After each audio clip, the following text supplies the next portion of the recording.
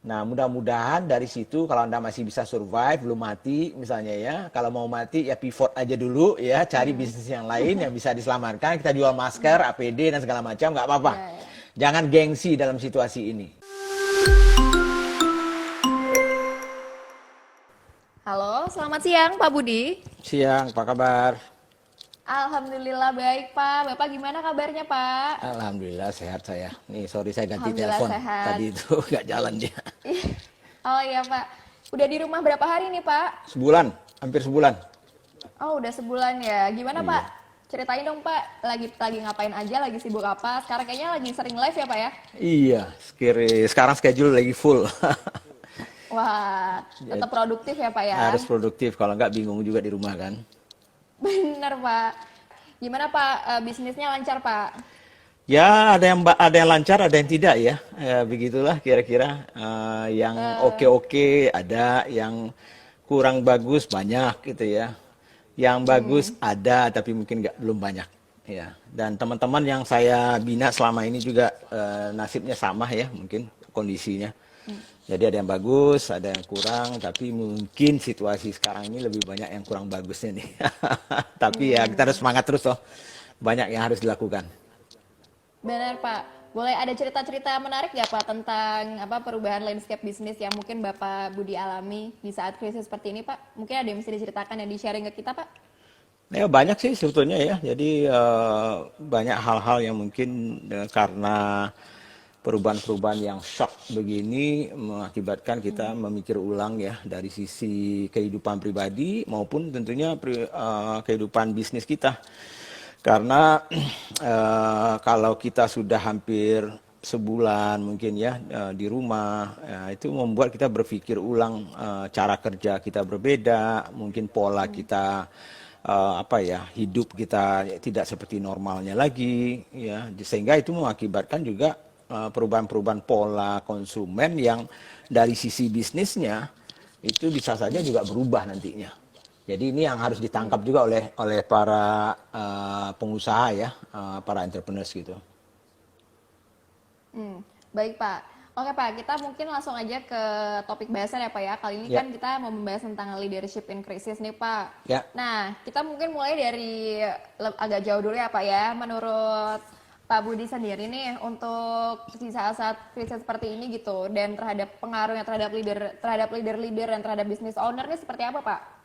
Ya, jadi sebetulnya pemimpin atau leader ya, apapun namanya, kalau dia adalah seorang pemilik bisnis, seorang founder, atau dia adalah pengusaha yang punya kaum profesional ya, sebagai CEO atau direkturnya, itu adalah seorang leader yang harusnya tentunya mempunyai satu tujuannya adalah membangun tim dan bisnisnya mencapai goals atau tujuan-tujuan yang diharapkan oleh mereka bersama, tentunya dengan Iya. pemegang sahamnya juga. Sehingga pada saat krisis yang seperti ini, kadang-kadang saya melihat ada dua hal gitu ya, karena pengalaman saya sudah seperti yang mungkin pernah saya ceritakan bahwa saya sudah mengalami 4 krisis ya di dalam selama saya bekerja gitu ya, mulai dari tahun 87, 97, 98, 2007, 2008, plus sekarang ini gitu ya. Dan kita juga melihat bahwa siapa saja sih bisnis-bisnis yang sebetulnya selamat, siapa bisnis-bisnis yang bisa sebetulnya survive ya dalam situasi seperti ini. Ternyata salah satu kuncinya itu adalah pemimpinnya. Nah, ini makanya pembahasan kita mungkin sore ini lebih ke soal leadership gitu ya, terutama dalam situasi krisis. Nah, kenapa saya ceritakan begitu? Karena ada perbedaan sebetulnya yang bisa jadi itu pembeda utama nantinya leader-leader yang bisa berhasil membawa bisnisnya atau organisasinya itu lewat dari badai ini atau tidak. Sehingga pada saat normalnya para pemimpin yang bagus ya belum tentu bisa sebetulnya bagus pada saat krisis ini. Bisa jadi bisa, tapi juga bisa tidak. Nah, makanya ada fundamental apa ya namanya itu ya, skills atau karakter dan attitude yang mungkin perlu diketahui oleh teman-teman ya, sehingga mungkin bisa dipelajari, mungkin bisa dilengkapi sehingga bisa membawa timnya atau bisnisnya melalui badai ini begitu. Oke Pak, nah hal-hal fundamental itu apa Pak? Ya sebetulnya Apa saja Pak? ya, kalau kita lihat sebetulnya ya dari sisi seorang pemimpin ya, dia pertama itu saya bilang kalau kalau saya ngajarkan leadership ya dulu ya. Kompetensi seorang leader itu biasanya ada yang namanya apa namanya itu leadership skills, ada namanya managerial skills, ada juga yang namanya business skills, kemudian ada yang keempat itu soal karakter dan attitude-nya dia. Nah, khusus untuk yang leader di dalam masa krisis ini, maka ada beberapa yang saya ambil comot di situ yang harusnya menjadi perhatian dari para pemimpin ya atau para owner dan CEO-nya itu. Nah, sehingga apa itu misalnya ya?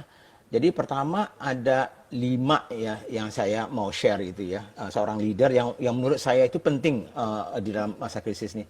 Pertama adalah self controlnya, jadi bagaimana dia mengontrol personalnya dia, nanti kita bahas.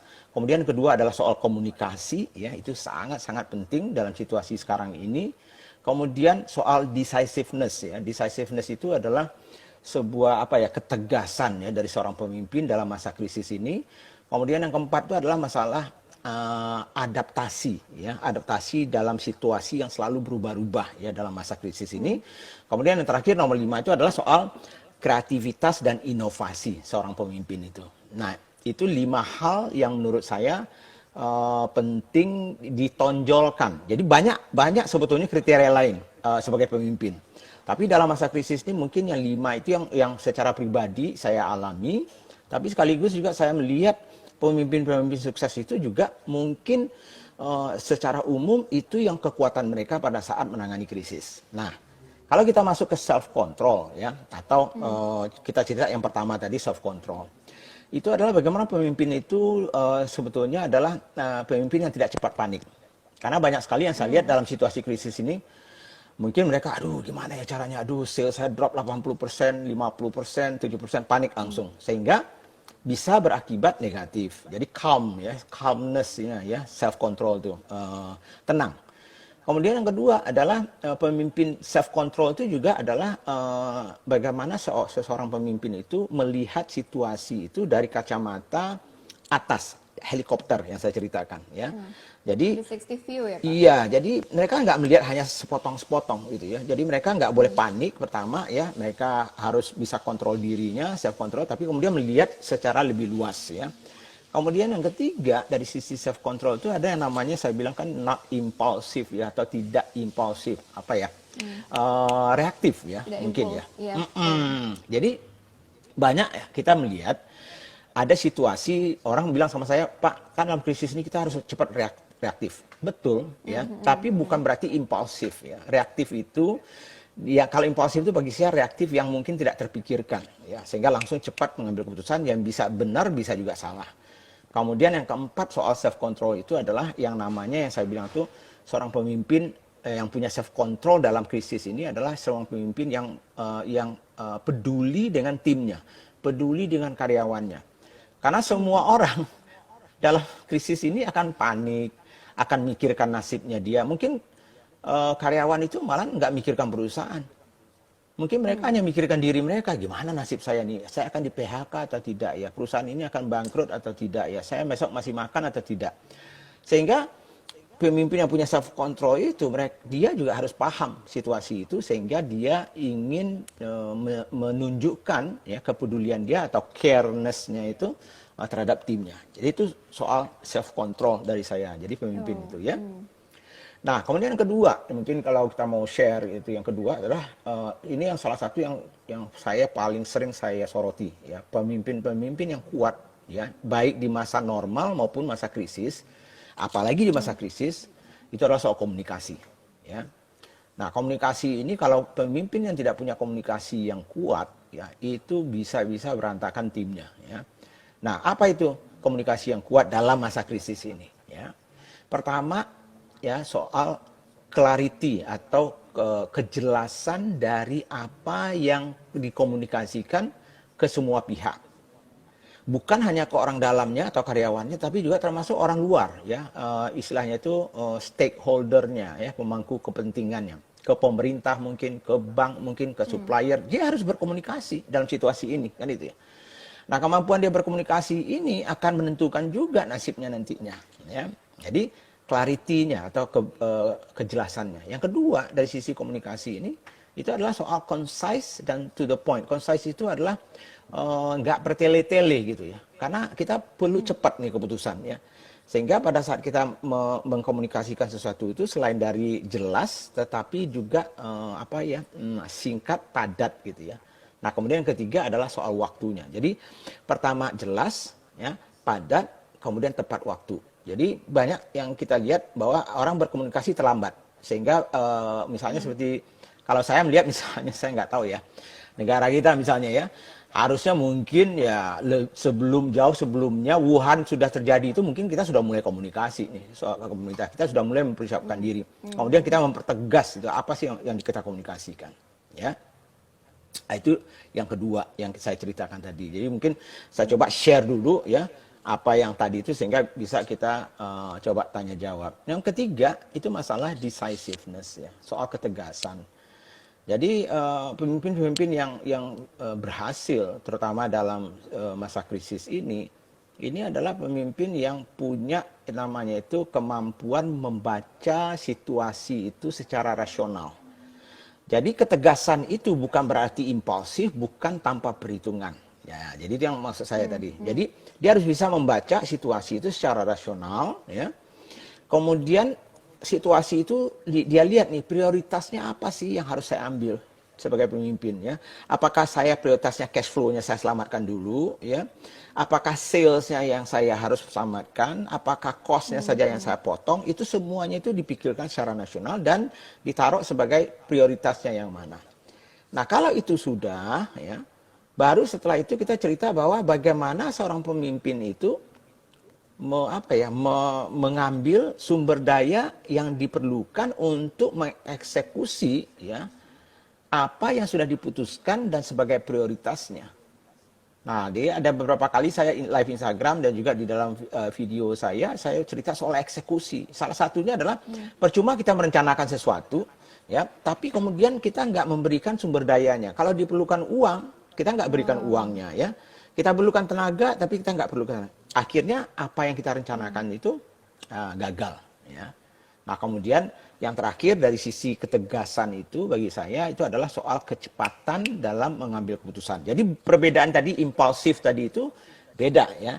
Ketegasan dengan ketegasan dan kecepatan. Jadi jangan juga terlalu istilahnya saya itu analisis paralisis gitu ya. Terlalu banyak menganalisa ya, lama-lama anak buah kita udah mati semua, kita baru pikir oh iya ya seharusnya kita begini. Jadi saya nggak tahu ini negara kita bagaimana mungkin ya, mungkin harusnya mungkin misalnya lockdown ya, saya nggak tahu ya. Kita pilihannya apa? Mati pelan-pelan, sakitnya lama, atau kita amputasi kaki satu tapi kita selamat satu badan. Itu pilihannya, itu decisiveness bagi saya ya. Nah, kemudian berikutnya yang kunci juga bagi seorang pemimpin ya di dalam situasi krisis ini adalah bagaimana seorang pemimpin itu bisa beradaptasi dalam situasi yang berubah-ubah. Ya. Ya kan? Jadi banyak orang bilang, wah ini pemimpinnya pelin-pelan ini. Kemarin ini, sekarang ini. Loh, kalau dalam situasi krisis, ya memang situasi itu harus direview mungkin setiap hari. Bayangkan tadi pagi, saya baca di news ya, bahwa minyak di Amerika itu minus 37 gitu. Di bawah nol harganya untuk future tradingnya ya, future tradingnya. Apa enggak shock saya? Gitu. Ya, akhirnya saya berpikir ulang, loh kalau bisnis-bisnis saya yang terdampak oleh situasi ini, apa yang harus saya lakukan? Kemarin kita berencana ya mungkin harga minyak $15, 20 lah kita rencanakan bisnis plan kita dengan harga segitu. Tapi dengan harga segini berbeda lagi. Padahal perbedaannya mungkin cuma berapa minggu atau 1 minggu, kadang-kadang 1 hari. Nah, cara kita beradaptasi inilah yang sebetulnya menentukan juga sukses seorang pemimpin atau tidak membawa timnya keluar dari krisis ini. Ya. Nah, kemudian tentunya yang terakhir itu adalah soal kreativitas dan inovasi ya. Jadi apalagi dalam zaman sekarang ya, saya sendiri juga bingung ditanya sama teman-teman para UMKM, para entrepreneurs, pengusaha, Pak, kami ini sudah stuck, nggak tahu lagi ya. Gimana menurut Bapak? Waduh, saya bilang kalau saya tahu, saya udah kaya raya, saya bilang ya, saya jadi Tuhan ya. Saya bisa punya duit mungkin ratusan triliun ya, karena bisa memforecast apa yang akan terjadi. Ya nggak bisa. Tapi ya kembali saya katakan, kita nggak boleh patah semangat. Nah, di seorang pemimpin yang bagus ya, walaupun bisnisnya misalnya lagi hancur-hancurnya, tapi dia harus bisa dan mau menerima ya pandangan-pandangan orang baru, pandangan-pandangan yang mungkin nyeleneh, yang saya bilang pandangan yang bukan saja out of the box, tetapi no box at all, kapan perlu bundar dia, bukan box lagi gitu ya. Dan sehingga pemimpin-pemimpin yang istilahnya saya itu keras kepala dan egonya tinggi dan tidak mau menerima pendapat-pendapat timnya, padahal mungkin ya, ini pengalaman saya ya, waktu saya di Sadusada, di Danone, banyak sekali saya mendapatkan ide-ide yang luar biasa, briliannya itu dari operator-operator pabrik saya. Jadi tapi kalau kita punya ego yang tinggi dan merasa wah saya ini kan direktur utama, saya ini CEO, nggak mungkin dong saya menerimanya pendapat dari seorang operator. Nah itu akan keliru kita. Nah dalam situasi yang krisis seperti ini, semua pandangan, semua ide itu harus ditangkap dan disinilah letaknya kedewasaan seorang pemimpin juga ya untuk membangun istilahnya itu budaya cepat yang kreatif dan inovasi dalam timnya supaya bisa mengeluarkan ide-ide baru untuk timnya. Jadi kalau saya lengkapi, saya pikir mungkin di dalam mencari leader yang betul-betul mungkin bisa keluar krisis, secara personal saya mengatakan 5 hal itu self control, komunikasi, ketegasan, ya, beradaptasi, kemudian kreativitas dan inovasi itulah yang menjadi kuncinya nanti di luar dari kompetensi leadership yang lainnya. Itu sih mungkin secara singkat mungkin yang saya bisa sampaikan. Itulah mungkin kriteria-kriteria yang mungkin bisa kita diskusikan gitu. Oke, Pak. Tadi saya penasaran dengan pas bagian kreativitas dan inovasi di mana seorang leader harus bisa membuka diri dengan kritik dan saran dari timnya ya Pak ya. Ya. Nah tapi bagaimana Pak caranya agar tim tersebut juga ikut menyumbang idenya, dia juga ikut menyumbang apa yang ada di pikiran dia gitu. Karena kan leader tidak pernah tahu ya apa pikiran brilian apa yang ada di pikiran mereka gitu ya, ide brilian apa yang ada di sana gitu. Dan gimana sih caranya biar timnya ini juga ikut membantu menyumbang ide dan juga ikut membantu memberikan kemampuan terbaiknya Pak? Ya, jadi pertama ya, kalau ini kebiasaan saya melihat ya, kalau saya pergi ke sebuah organisasi, saya ikut meeting di organisasinya dia. Begitu bosnya datang, lalu nanti setelah mulai meeting, habis itu bosnya tanya, ada ide atau gimana menurut pendapat Anda? Diam semua. Iya kan? Nggak ada yang berani, ya kan? Ada yang takut salah, ada yang takut dimarahi. Kenapa? Karena budayanya tidak kita bangun dari awal. Jadi artinya kalau kita nggak pernah meminta pendapat tim kita, kemudian tim kita memberikan pendapat sedikit saja sudah disalahkan, tim kita bertanya aja dibilang bodoh, itu budaya-budaya yang menurut saya yang akan mematikan semua kreativitas dan inovasi. Jadi oleh karena itu, dalam situasi yang sekarang ini, harusnya kita merangkul teman-teman itu.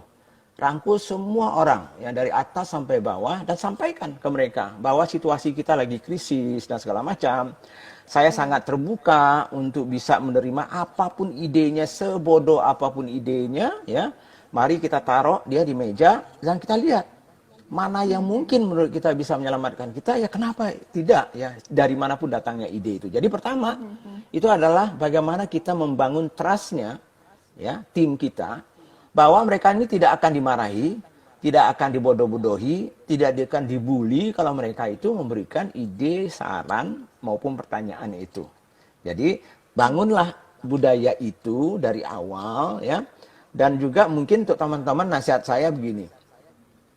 Kadang-kadang hobinya kita ya, sebagai pemimpin, kita memilih orang yang mirip kita. Nah, ya benar-benar. Itu normal. Ya enggak? Apalagi kalau kita waktu wawancara misalnya, pas wawancara, kebetulan misalnya nih, saya hobinya nyanyi. Begitu kita wawancara, kita tanya dia misalnya ya, kamu kira-kira hobi kamu apa sih? Oh, saya nyanyi juga. Wah, langsung itu, di kepala kita itu, langsung subjektifnya keluar. Wah, ini kayaknya ini orang bagus gitu. Padahal belum tentu dia bagus, kebetulan aja dia hobinya nyanyi, sama dengan iya, kita Pak. misalnya. Jadi kita itu membangun tim yang homogen. Itu menurut saya kesalahan besar. Betul, Pak. Karena kita akan membuat kesalahan yang sama lagi nggak sih, Pak? Betul. Karena apa? Karena kalau homogen mikirnya sama semua. Ya kan ya? Benar. Jadi kalau saya Betul, sih betul. mencari orang, carilah orang yang tidak sama dengan Anda, tetapi bisa mengisi kekurangan Anda. Tapi kita harus siap sebagai pemimpin. Karena kita ini kadang-kadang kan nggak siap kalau orang itu berbeda dengan kita. Betul, betul. Nah itu yang celakanya, sehingga ujung-ujungnya kita pilih orang yang mirip kita pilih lagi orang yang maunya yes man aja. Pokoknya, iya Pak, menurut kamu bagaimana? Bagus nggak? Oh bagus Pak, bagus. Padahal matinya mungkin enggak gitu. Benar-benar. Nah itulah yang nggak Harusnya bisa. cari yang bisa, iya. Harusnya bisa jadi ada yang jadi sparring partner gitu ya, Pak ya. Jadi bisa buat discuss gitu. Tidak hanya sekadar menjadi titah ya, Pak ya. Betul, betul. Saya pernah cerita ya, saya pernah cerita. Jadi ini mungkin tergantung waktu kita. Jadi saya pernah cerita. Ya waktu saya masih di SGM ya, susu SGM ya, PT Sarusada ya, sebelum saya jual itu ke Danone waktu itu. Jadi saya harus memilih direktur keuangan baru waktu itu. Jadi saya CEO-nya waktu itu kita ganti semua direksi. Nah akhirnya kita pilih 2 orang terakhir dari semua kandidat itu. Nah 2 itu, satu kalau nggak salah orang Australia, satu lagi orang India. Nah ini bukan cerita ras ya, tapi cerita bagaimana saya memilih orang untuk memperkuat tim saya. Karena saya tahu tim saya yang ada sekarang ini kelebihan dan kelemahannya, maka di antara 2 itu saya pilih yang India ini, ya orang India. Nah pemegang saham saya bilang sama saya begini, loh Budi, you yakin tuh, you mau ngambil dia? Itu kebiasaannya si orang itu katanya. Tapi saya tidak mengatakan ini rasis ya. Orang itu, Ya. wah itu pasti dia merasa paling hebat di dunia. Dia pasti bisa makan you nantinya. Dia akan mengkritik you, dia akan bantah you, dia akan makan you nantinya. Tapi saya bilang itu yang saya butuhkan. Karena saya nggak merasa bahwa semua tim saya sanggup melakukan itu. Jadi saya harus mencari orang yang juga bisa mengkoreksi saya. Yang berani men-challenge saya, menantang saya. Menantang itu dalam arti yang positif loh. Kita nggak cerita yang negatif loh. Makanya waktu saya rekrut dia, saya juga ingat sekali tuh. Saya bilang, Mr. X, saya bilang. Dia kan orang asing ya. Saya bilang, gimana? Apa kira-kira rencana you masa depan you kalau you jadi masuk bergabung dengan tim saya? Dia bilang apa? Saya mau gantikan Pak Budi. Digituin saya. Iya. Kalau orang Indonesia kagak berani bilang begitu sama saya. Benar. Iya kan? Benar. Begitu dia bilang sama saya begitu, langsung saya saya salami dia. Thank you, saya bilang, you're in. Anda masuk, saya bilang. Cuman saya langsung bilang sama dia, saya suka gaya you, saya suka you berani challenge saya dan segala macam, tapi ada satu syaratnya. Apa itu Pak Budi? You know who's the boss. I am still the boss, saya bilang. jadi oh ya betul. Jadi nggak apa-apa, challenge saya nggak apa-apa. Tapi ujung-ujungnya dalam demokrasi, dalam membangun tim itu, ya makanya mereka pasti ya kalau kita ada perbedaan, ujung-ujungnya harus ada konsensus dong. Ya, nah kalau kita sudah punya konsensus, ya, dan kebetulan nggak cocok dengan apa yang kita sampaikan, kita harus tetap terima dan kita harus tetap dukung. Nggak bisa mencela-mencela. Sama kayak misalnya kalau menteri kita ada menteri yang nggak sejalan dengan presidennya, tapi lalu dia ngomong-ngomong di luar, itu nggak benar menterinya. Kalau memang sudah disetujui bersama, ya dia harus dukung tuh 100%. Mau salah dan benar itu kan lain persoalan lagi nantinya gitu. Kira-kira kan gitulah contohnya. Ya. Nah, oke Pak. Nah, kalau misalnya di saat krisis seperti ini kan kita harus banyak memberi trust kepada tim dan tim juga harus memberi trust kepada kita gitu ya. Ya. Nah, sejauh apa sih Pak interaksi personal dan profesional di antara tim dan leadernya jika di saat seperti ini? Karena kan seorang leader harus lebih banyak memberikan apresiasi, harus lebih banyak memberikan motivasi untuk mereka bisa semangat dan bisa sama speednya gitu. Ya, sebetulnya kan gini ya. Kalau kita lihat, kalau kita bekerja secara profesional, ti- tidak ada cerita yang hubungan profesional 100% atau hubungan pribadi 100%. Dua-duanya pasti ada. Ya. Tapi asal kita Ya. bisa menjaga yang mana yang hubungan profesional, yang mana yang hubungan pribadi. Ya. Jadi itu satu. Sehingga apa? Sehingga pada saat kita punya tim, tidak melulu rasanya itu menjadi seperti bekerja terus waktu ketemu. Kadang-kadang kita harus membangun trust itu dengan masuk ke ranah pribadinya mereka. Tapi kita harus hati-hati. Maksudnya, misalnya, Ya. kita boleh dong sekali-sekali nanya bagaimana keluarganya. Saya dengar anak you sakit loh kemarin. Gimana? Apa yang perlu saya support? Misalnya kan begitu ya. Tapi mungkin nggak setiap saat kita melakukan itu gitu.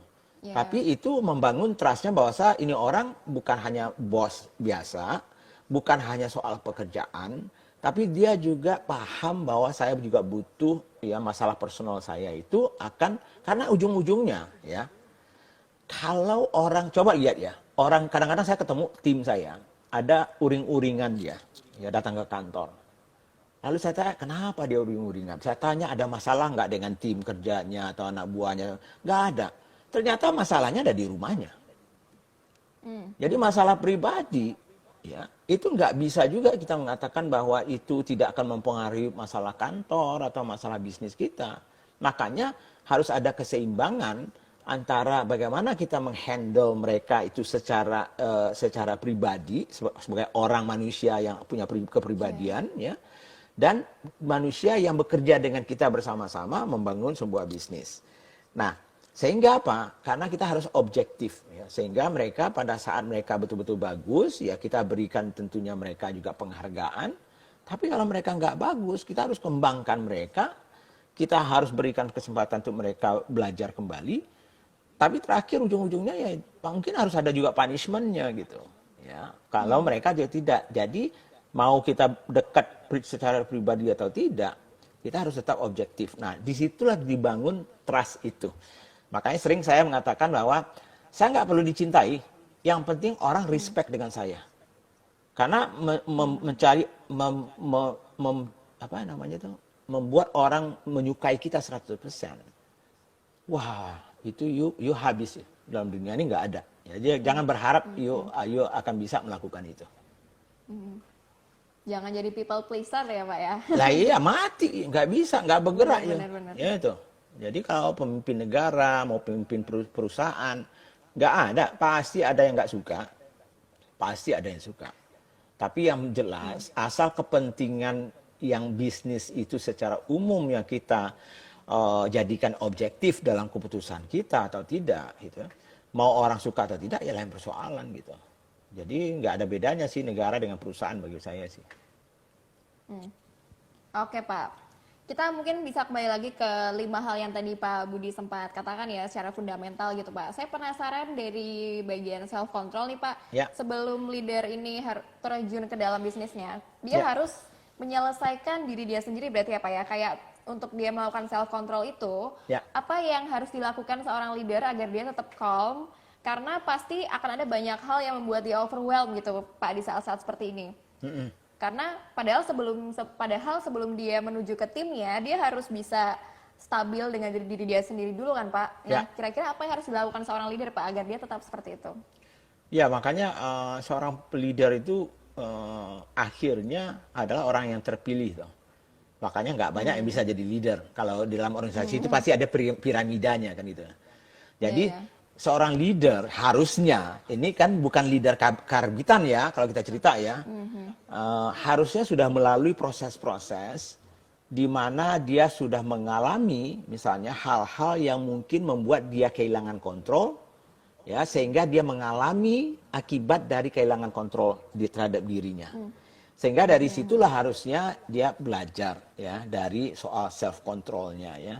Nah kalau kita lihat misalnya calm seseorang itu juga diakibatkan oleh tadi ya pengalaman ya itu penting banget experience ya. Kedua adalah masalah knowledge ya. Karena kalau kita nggak paham misalnya tiba-tiba misalnya Kan banyak sekali hoax lah misalnya. COVID-19 itu bisa begini. Jadi panik dong kita. Itu kan masalah nggak tahu, kan itu. Soal tahu atau tidak tahu itu. Jadi ketidaktahuan kita membuat kita lebih panik. Ketidaktahuan kita membuat kita jadi tidak confident. Jadi orang yang confident biasanya lebih paham, lebih tahu. Orang yang panik itu karena mereka mungkin tidak tahu situasinya seperti apa. Jadi pertama tadi experience ya, yang kedua adalah knowledge-nya ya, kemampuan dia membaca situasi. Lalu yang ketiga sebetulnya adalah dia yang bisa sebetulnya membedakan antara yang bisa dilakukan dan yang tidak bisa dilakukan. Nah, itu dalam feed saya di Instagram saya ada itu. Ya kalau yang nggak bisa dilakukan, nggak bisa kita kontrol, ngapain sih kita pikirkan? Oh ya. Ya kan itu. Betul. Nah, Ya, betul. kalau pemimpin nggak bisa membedakan itu, yang mana yang bisa dikontrol atau tidak dikontrol, maka dia akan pusing, semuanya akan diutak-atik sama dia. Jadi kalau misalnya dia mengatakan, aduh kenapa sih COVID-19 ini datang ya, kenapa, kenapa, ya biar ayo udah datang kok. Ya kan, Iya, ya, iya, loh, iya. apa yang harus kita lakukan sekarang, itu persoalannya, bukan menyesali ya kenapa COVID-19 itu datang. Itu jadi isunya. Jadi itu yang harusnya membuat kita punya lebih calmness atau ketenangan di dalam self control kita. Oke Pak, baik. Sekarang coba kita maju ke bagian decisiveness ya Pak, ketegasan, dan itu tadi adalah nyambung sama yang kita harus bisa membedakan apa yang bisa kita kendalikan, apa yang tidak bisa kita kendalikan, dan mana yang harus kita kerjakan terlebih dahulu dan mana yang nanti-nanti gitu Pak. Nah kira-kira Pak, apa sih prioritas utama untuk seorang leader bisa memberi keputusan gitu Pak, Ya. dalam bisnisnya gitu? Apa saja prioritas-prioritas utama yang leader bisa putuskan gitu di Ya. saat-saat seperti ini ya Pak ya? Kan prioritas banyaknya sudah berganti itu Pak ya? Ya. Jadi makanya dalam decisiveness seorang leader di masa krisis ini, salah satu persyaratannya itu saya bilang di situ adalah bagaimana seorang pemimpin itu bisa mereview situasinya secara rasional. Ya, jadi bukan secara emosional. Nah, kalau itu sudah, maka baru dia tahu apa yang harusnya dia lakukan. Jadi itu stepnya. Nah, kalau dia sudah tahu melakukan, dia dengan timnya baru membuatkan prioritasnya. Kan gitu ya. Nah, prioritasnya apa? Tergantung bisnisnya apa gitu. Nah, makanya kemarin secara umum saya mengeluarkan juga ya video crisis managementnya seriesnya saya, 7 prioritas bisnis dalam masa krisis ini secara umum. Nah, tidak semua bisnis mungkin seperti itu, tergantung situasi yang pemimpinnya yang harus menentukan apa itu situasinya. Tapi secara umum saya mengatakan bahwa prioritas sekarang dalam masa krisis pasti ya melihat kategori bisnis kita ini masih ada atau tidak. Kalau nggak ada, mungkin kita harus cari bisnis yang lain. Itu satu. Masih bisa jangka panjang atau tidak, jangka pendek apa. Lalu yang kedua, masalah omset kita, revenue kita, sales kita, income-nya. Itu yang harus diselamatkan dulu gitu. Yang ketiga adalah mencari cost efficiency. Yang keempat adalah mengenai bagaimana cash flow kita harus kuat minimal sampai akhir tahun ini menurut saya ya. Kemudian yang kelima itu adalah bagaimana kita menunda tentunya investasi atau mungkin dibatalkan investasi yang tidak diperlukan karena cash flow-nya itu jauh lebih penting ya. Kemudian juga tentunya bagaimana kita itu ya membangun motivasi tim dalam situasi yang sulit ini. Nah, terakhir tentunya dalam situasi sesulit apapun, opportunity itu pasti ada, kesempatan itu. Sehingga pada saat inilah kita harusnya juga mempersiapkan diri sambil mencoba menyelamatkan kapal, tapi kita juga mulai membangun pemikiran-pemikiran untuk pada saat keluar nantinya, apa sih kesempatan yang bisa kita ambil segera, sehingga pada saat krisis ini misalnya selesai tahun depan, mungkin kita yang pertama keluar dengan selamat dan cepat bangkit dan recover. Oke Pak. Nah Pak Budi Isma sendiri ini kan sempat jadi leader di beberapa perusahaan besar ya Pak ya? Ya. Nah Pak boleh dong Pak, kalau ada nggak sih cerita-cerita yang pernah Bapak lalui dan cukup membekas gitu dan mungkin bisa di-sharing ke kita tentang, dan berhubungan dengan krisis yang pernah Bapak alami gitu Pak. Mungkin ada 1-2 kejadian gitu Pak. Ya, ya. Jadi sebetulnya banyak krisis yang saya alami ya. Jadi mungkin tapi yang paling berbekas saya krisis 98, habis itu krisis tahun 2006, ya, 2007, 2008. Jadi misalnya waktu saya di Coca-Cola dulu misalnya ya 98 saya bertugas waktu itu pas di Surabaya ya memimpin Jawa Timur, kita ada 1.500 karyawan kalau nggak salah. Pahit kita untuk harus melakukan terpaksa mem-PHK karyawan kita. Karena setelah kita timbang-timbang dari sisi omset kita yang turun luar biasa, kemudian cost kita yang sangat besar ya dengan pendapatan segitu, maka salah satu caranya nggak bisa lagi kita harus. Nah, jadi pahitnya adalah bagaimana menentukan siapa yang akan dikeluarkan. Nah ini kan masalah kadang-kadang emosional ya. Nah, tapi disitulah letaknya kita sebagai pemimpin yang bagus itu kita harus selalu di depannya berpikir rasional dulu. Sehingga kita mempunyai step-step waktu itu untuk bagaimana memilih orang-orang yang mungkin tidak kita perlukan lagi. Tapi pada saat kita mau mengeluarkan mereka, kita juga melakukannya secara manusiawi. Kita treat mereka secara baik. Kita berikan kesempatan mereka waktu itu kalau nggak salah saya itu kita berikan kesempatan mereka menjadi freelance salesman kita. Dan malah mobil-mobil kita yang sudah lama tapi masih bagus dan jalan kita jual ke mereka dengan harga murah dan mereka boleh cicil ya.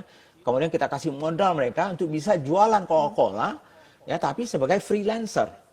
Nah, ada 2 keuntungannya kita. Pertama, kita bisa mengeluarkan mereka dari cost-nya kita ya. Lalu yang kedua, mereka mungkin merasa dihargai ya dan merasa juga tidak sakit hati ya. Kemudian yang ketiga, kita masih bisa dapat bisnis karena mereka menjadi salesman kita walaupun tanpa kita bayar. Jadi mereka menjadi entrepreneur gitu. Nah, jadi itu satu ya kisahnya. Lalu 2 Itu ya. berarti mereka keluar dengan bahagia dong Mas itu Pak ya berarti Pak ya. Iya, malah ada juga yang harusnya tidak keluar, mereka minta, Pak kami ikut juga dong keluar. Kalau begini caranya, kok bagus sih paketnya. Dulu namanya paketnya itu Lifeboat ya, Sekoci. Nama programnya Sekoci. Jadi istilahnya itu kalau kapal tuh mau karam, tahu nggak tuh? Jadi kita mau menyelamatkan orang kan pakai Sekoci itu. Makanya nama program itu waktu itu kita namakan Sekoci. Lifeboat program itu waktu itu kita buat waktu itu. Nah, yang kedua, waktu tahun 98 itu juga saya ingat banget karena nggak tahu lagi sales yang bagaimana gitu ya. Kita akhirnya minta, itu yang tadi itu yang saya bilang tuh, kreativitas dan innovation itu datangnya dari mana-mana. Sehingga waktu kita kumpulkan semua karyawan, ini apalagi nih kita cara mencari sales gitu ya. Lalu mereka, Pak, gimana kan kita ada 1.200 lagi karyawan yang ada. Berarti 1.200 kakak. Nah, gimana kalau misalnya semua karyawan ini juga wajib ikut menjual di rumah masing-masing? Loh, saya pikir, bagus juga ya.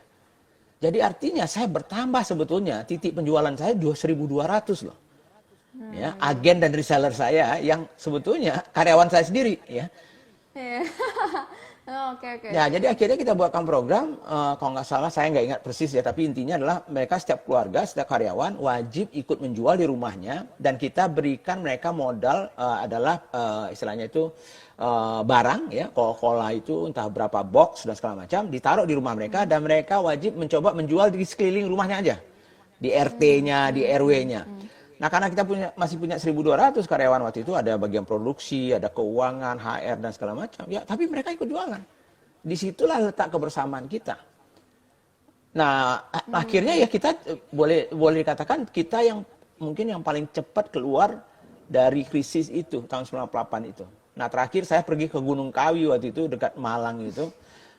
Ya, itu saya juga pernah dengar ceritanya tuh Pak Iya, ya, Gunung Kawi itu. betul. Itu ngapain sih Pak itu Pak? Makanya orang saya takut sekali dengan wartawan pada itu karena takut di foto-foto sama wartawan dia bilang, wah Pak Budi Isman ini pemimpin Coca-Cola ini desperado cari sales, cari jualan di Gunung Kawi. Kira cari wangsit ya Pak ya? Iya, cari wangsit itu. Padahal saya kan baru di Jawa Timur waktu itu, baru dipindahkan ke sana tuh. Itu saya tanya kan ke orang-orang dekat Malang itu. Karena sepi penjualan saya bilang, di mana orang yang paling masih banyak ngumpul, saya bilang. Nah, itulah ceritanya. Oh Pak, ada Pak, dari situasi begini ini orang banyak ngumpul di Gunung Kawi. Oh ya, ngapain ke Gunung Kawi? Saya nggak tahu Gunung Kawi itu dulunya bagaimana.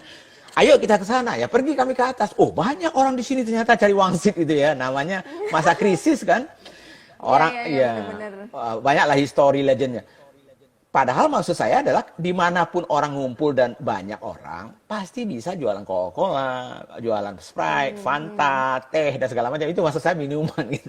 Tapi ya orang, ya, jadi itu pengalaman-pengalaman menurut saya sih yang luar biasa. Nah, ada lagi sih pengalaman saya di 2006 waktu gempa di Jogja itu, nah itu juga paling paling menyentuh saya sebetulnya. Karena ada 525 karyawan saya waktu itu yang kena gempa, rumahnya hancur, ada yang rusak ya.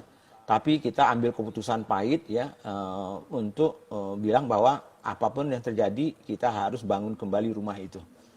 Jadi mau setuju atau tidak setuju pemegang saham, saya bilang saya akan bangun itu sebenarnya. Karena bagi saya motivasi karyawan ini dan segala macam itu yang akan membuat bisnis ini bisa bertahan lama dan juga berkembang.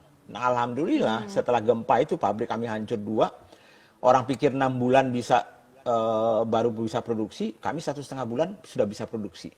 Ya tadi itu, karena adanya kebersamaan, karena adanya yang 5 hal yang saya cerita di dalam soal kepemimpinan itu, itulah yang harus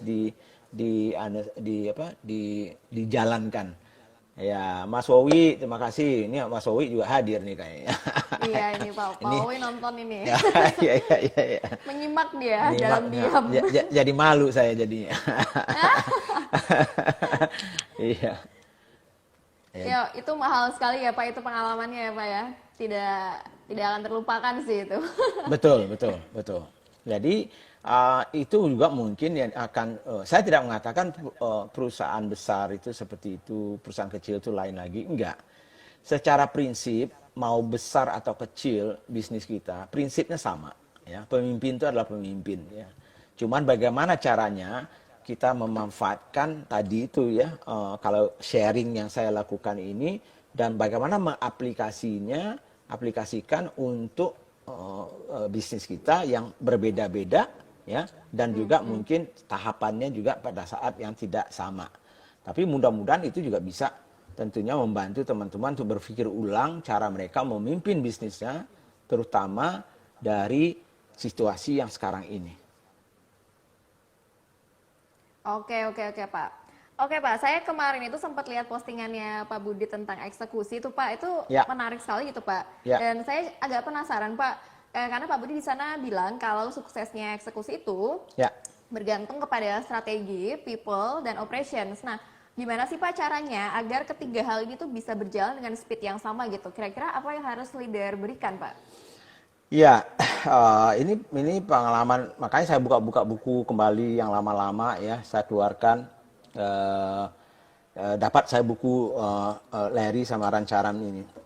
Nah, soal eksekusi ini, saya selalu berpikir dari dulu ya, terutama waktu saya di Coca-Cola ya, yang paling terasa ya, mereka getol sekali soal eksekusi gitu. Nah, karena mereka punya pemahaman bahwa apapun yang kita lakukan itu tidak akan ada manfaatnya kalau eksekusinya tidak benar. Nah, makanya ada 3 pilar yang disampaikan ya, dan itu adalah pilar eksekusi ini adalah mengenai strateginya. Jadi strategi yang dalam situasi yang krisis ini nggak bisa mungkin strategi, nggak yakin saya strategi yang lama itu akan bisa dilakukan untuk situasi krisis ini. Saya yakin hampir 100% mungkin bisnis, apapun bisnisnya, pasti melakukan perubahan strategi mungkin dan rencana. Ya, jadi itu beradaptasi itu penting gitu ya. Sebab kenapa eksekusi itu gagal kalau kita ngotot nih. Ngotot misalnya, nih ada juga pemilik perusahaan mungkin ngotot. Yang penting gua harus tumbuh 200% ya. Nggak mau tahu, Pak, tapi krisis nih Pak. Ya nggak mau tahu, gua harus 200% ya. Jadi cuma modalnya itu doang gitu. Caranya bagaimana Pak? Ya nggak tahu. Pokoknya ya lu kan gua bayar untuk itu gitu. Ya kalau begitu nenek juga tahu nih. Nah, kan gitu ya. Iya kan? Kalau cuma ngomong-ngomong doang nggak ada gunanya. Jadi sebagai pemimpin pun kita juga harus memikirkan strateginya apa sih yang kita harus sesuaikan dengan situasi sekarang. Kalau sales kita misalnya dulunya misalnya 10M atau 200M, mungkin sekarang realistiknya cuma 2M atau 10M kan itu ya. Nah, untuk melakukan itu beda lagi tentunya resources atau sumber daya yang dibutuhkan. Makanya pilar kedua itu adalah soal people, orang. Jadi untuk melaksanakan strategi itu, ujung-ujungnya yang akan melaksanakan itu adalah orangnya. Nah, orang ini yang harus kita pahami, ya, orang ini orang yang cocok nggak untuk mengeksekusi hal ini, yang baru ini, ya. Kadang-kadang gagalnya eksekusi itu karena kita gagal mencari orang yang cocok untuk mengeksekusi. Jadi misalnya kan gini, banyak orang, Pak, ini orangnya pintar banget nih. Wah, jadi misalnya, ini dari Harvard, dari Stanford, dari segala macam lah. Nah, kebetulan sore ini nanti saya dengan Mas Rahmat, CEO-nya Bukalapak, itu orang MIT, Stanford itu. Nanti saya akan bully beliau nanti itu. Tapi kadang-kadang kan gini, wah, tapi mungkin ada orang yang sekolah tinggi dan segala macam, dia cocoknya menjadi planner, perencana, konseptor. Gitu. Tapi kita menaruh dia misalnya sebagai eksekutor. Nah, ya nggak jalan, kan gitu. Orang yang kerjanya, jadi akhirnya belum jalan aja dia mikir dulu, Pak, kita analisa dulu dong. Ya musuh udah jalan duluan, kita masih analisa kan gitu ya. Karena memang dia itu sebetulnya cocoknya. Jadi kadang-kadang bukan orang yang salah, kita yang salah tidak mengenal people kita, tidak menempatkan orang kita sebetulnya sesuai dengan apa yang mereka kuasai. Tidak juga menyesuaikan dengan strategi yang baru. Ini contohnya ya. Kalau misalnya fokus kita itu adalah di cash flow sama cost, penekanan dalam krisis ini, harusnya kita punya orang yang kuat yang bisa menekan cost, bisa mencari di mana lagi efisiensi. Ya, bukan sales lagi, karena sales sekarang udah susah kita nyarinya misalnya kan ya. Jadi tergantung strategi dan fokus kita kemana, kita harus menyesuaikan orang-orang kita. Nah, yang ketiga yang diceritakan itu adalah ada tadi strateginya, kemudian kita cerita soal people, kemudian operationnya. Bagaimana operation atau prosedur, operation cara kerjanya kita menyesuaikan dengan orangnya kita yang ada, yang sudah disesuaikan juga dengan strategi tadi. Jadi kalau kita nggak dukung itu dengan prosedur, dengan aturan, dengan proses, bisnis proses yang benar, strateginya udah benar, people-nya sudah benar, tapi fondasi operationnya tidak benar, akhirnya ya gagal juga. Nah itu kira-kira sih ya. Secara umum, kenapa di dalam krisis seperti ini, eksekusi itu menjadi lebih penting lagi, karena istilahnya itu, semuanya harus diperas. Ya. Biaya itu semuanya diperas-peras, yang mana masih bisa dapat sisa-sisa, masih kita dapatkan. Jadi, mengeksekusi itu sangat penting dalam situasi krisis ini. Ya, nah Pak, tapi kalau bisa di saat seperti ini kan juga kita melakukan efisiensi ya Pak, dan itu berarti eksekusi yang kita lakukan juga harus dipilih-pilih dong Pak. Apanya? Eksekusi yang harus kita lakukan juga harus dipilih-pilih nggak Pak? Karena kan kita juga punya prioritas dan kita juga harus melakukan efisiensi kan Pak? Iya dong. Jadi maksudnya itu kalau kita mencari efisiensi, jadi kalau analoginya saya itu simple ya. Kalau kita ini sudah gemuk, ya mohon maaf ya, jangan tersinggung kalau yang gemuk ya. Jadi misalnya gemuk itu identik dengan tidak sehat misalnya ya. Jadi kita ini lagi nggak sehat nih, kan ya. Pada saat situasi bagus ya, kadang-kadang kita lupa nih, kita makan asal adanya, kita makan banyak lemak, gula banyak segala macam lah. Sehingga sekarang ini kita sakit. Nah pada saat kita sakit, ya kita harus mulai melakukan diet ya. Nah, jadi efisiensi itu kan diet nih. Kencangkan ikat pinggang ya, perut saya udah buncit terus ini karena di rumah terus makan aja kerjanya, duduk makan. Jadi saya harus efisiensi ini. Nah, kemudian setelah itu apa? Analoginya, kalau kita misalnya kita mau diet, kita mau kuruskan badan, jangan sampai istilahnya saya itu Anda efisiensi, itu cukup lemaknya dibuang, tapi jangan sampai tulangnya yang keikut. Istilahnya jangan langtut, tulang dan kentut tinggal gitu. Nah, kalau tulang dan kentut you langsung meninggal, kan repot kan nantinya. Jadi sebab apa? Kita masih tetap harus berdiri toh. Nah, jadi bagaimana kita memprioritasnya, mencari efisiensi itu, makanya ada 4, saya bilang tuh, fixed cost, usahakan jadi variabel. Cari fixed cost yang besar-besar. Cari efisiensi di situ. Lakukan reformulasi misalnya dari produk kita dan jasa kita. Kalau itu sudah, nanti bagi lagi dua, yang nice to have ya cost dengan yang must have cost. Must have cost itu artinya kalau Anda nggak ada cost ini maka Anda akan mati. Tetapi yang nice to have ya, nah itu nggak perlu, buang semuanya dulu. Jadi ada prioritasnya berdasarkan 4 kriteria itu sih menurut saya. Oke, oke, oke. Baik, Pak. Pak, saya tuh kemarin tuh sempat ngebaca nih, Pak, bahwa beberapa perusahaan seperti Gojek contohnya, Ya, dia melakukan kebijakan manajemen senior yang mendonasikan gaji mereka, Pak. Jadi seluruh manajemen senior di Gojek ini mendonasikan 25% dari gaji mereka selama 12 bulan ke depan untuk dana bantuan mitra. Nah, selain itu tidak ada kenaikan bagi setiap karyawan di Gojek karena seluruhnya akan dialokasikan ke dana tersebut. Nah, Pak Budi Isman, gimana cara melihat ini dari sisi leadership bisnis, Pak? bagus sih. Ini Kalau cukup unik menurut saya. Hah? Garuda potong gaji 50% semuanya kemarin. Walaupun banyak karyawannya bilang, loh kami kok nggak ajak berunding gitu, sudah dipotong semua gitu manajemennya. Dalam situasi krisis ini harusnya itu salah satu caranya kita pertama secara real mengurangi cost. Ya, jadi itu satu. Yang kedua itu adalah message komunikasi ke semua orang bahwa mereka juga peduli dengan krisis ini. Lalu yang ketiga itu menjadikan sebuah contoh bahwa sebagai leader, sebagai pemimpin ya, Anda juga rela berkorban untuk tempat di mana Anda mencari makan. 3 hal itu mungkin yang mau disampaikan dengan melakukan itu. Asal, nah kembali saya katakan, bukan hanya window dressing. Window dressing itu aja, ya ini asal yang penting tampil di koran nantinya, oh kami sudah motong gaji, misalnya kan gitu ya. Ya, asal jangan bukan itu, tapi betul-betul ada 3 fungsinya tadi berjalan, itu bagus ya menurut saya. Karena saya juga pernah melakukan itu ya, kita juga tidak naik gaji, kita malah kadang-kadang kita tidak menggaji diri kita berikan ke orang lain dan segala macam itu juga ada. Ya, itu bagus ya, karena kalau memang niatnya betul-betul untuk 3 hal itu. Satu adalah memang betul-betul bisa membantu minimal ya, biayanya berkurang. Lalu yang kedua juga menunjukkan, mengkomunikasikan bahwa mereka juga punya rasa empatinya dalam situasi yang krisis.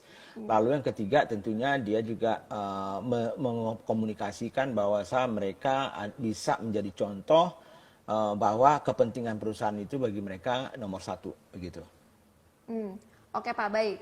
Ini ada pertanyaan dari satu netizen nih, Mas. Pak, dia bilang begini, apa benar kalau dalam masa krisis seperti ini leader harus lebih realistis dibanding terlalu optimis? Gimana itu, Pak? Ah, itu tipis bedanya realistis dan optimis gitu ya dalam situasi yang sekarang ya. Banyak para motivator gitu. itu, itu yang selalu mengatakan kita harus optimis, kita harus, betul sih, saya suka ya, dan saya juga harus begitu ya. Dan kita harus semangat terus gitu ya, itu penting gitu ya. Tapi penting juga, jauh lebih penting adalah realistiknya kita. Jadi makanya dalam salah satu yang saya bilang tadi itu dari sisi leadership itu, kalau kita cerita soal self control ya, itu kita melihat dari sisi ke atas ya. Nah, kemudian tentunya kita juga bisa decisive itu adalah melihat situasi secara rasional ya. Jadi melihat situasi secara rasional itu maksudnya adalah apa? Realistik ya. Jadi being realistic itu sangat penting bagi saya. Oke, being realistic ya, Pak, ya berarti ya. Ya. Oke, Pak, ini sepertinya waktu live kita sudah hampir selesai, jadi mungkin Oke. Pak Budi bisa memberikan closing words buat teman-teman yang lagi pada nonton, buat para business owner yang ada di luar sana yang juga sedang dalam kondisi krisis, apa nasihat yang bisa Pak Budi berikan ke mereka? Terima kasih. Jadi teman-teman, para entrepreneurs, para pengusaha, siapapun yang melihat live Instagram kita ini, sebetulnya situasi ini bukan situasi Anda sendiri ya. Ini adalah situasi kita bersama, seluruh planet bumi ini juga sedang sakit. Jadi itu salah satu yang mungkin bisa memotivasi Anda. Gitu ya. Jadi kita sama-sama lah, semuanya kena loh katanya, kira-kira gitu. Oke. Tapi yang kedua adalah dalam situasi yang seperti ini pun kita harus memang bisa namanya itu menjadikan diri kita itu seorang yang punya self control ya. Karena yang lebih penting itu adalah bagaimana kita menyikapi diri kita dulu sebagai pemimpin ya. Karena dari self control itu yang akan bisa kita tularkan melakukan yang lain-lain itu ke tim kita. Nah, oleh karena itu belajarlah kita punya self control, kita nggak usah panik dulu ya. Lihat situasi ini secara rasional.